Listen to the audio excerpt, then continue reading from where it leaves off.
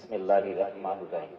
আল্লাহ তাআলা জেনেও না জানার ভাগ করে ফেরেশতাদেরকে জিজ্ঞেস করবেন যে তোমরা কোথা হইতে আসিয়াছো।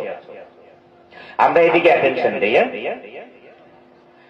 যে ফেরেশতাদেরকে আল্লাহ তাআলা জিজ্ঞেস করবেন যে তোমরা কোথা হইতে আসিয়াছো। তখন ফেরেশতারা বলবেন যে হে আল্লাহ, আমরা অমুক মজলিস হইতে আসিয়াছি।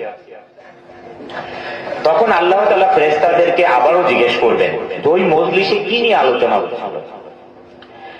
যে হে আল্লাহ, ওইখানে আল্লাহ এবং রাসূল নিয়ে আলোচনা হচ্ছিল, আর রাসূলের সুন্নত এবং আল্লাহ তাআলার যে ফরজ, আল্লাহ তাআলাকে নিয়ে আলোচনা হচ্ছিল।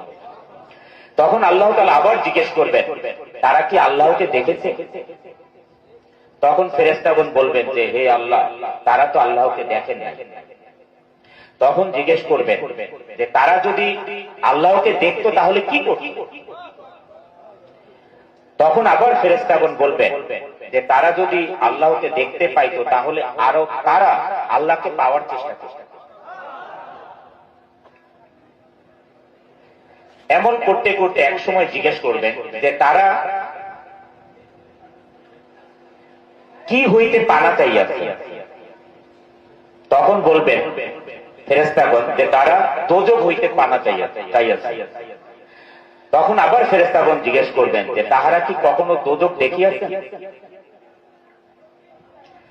তখন বলবেন যে হে আল্লাহ, তারা দোজখ কখনো দেখেন। তখন আবার জিজ্ঞেস করবেন যে যদি তারা দোজখ দেখিত তাহলে কি করি।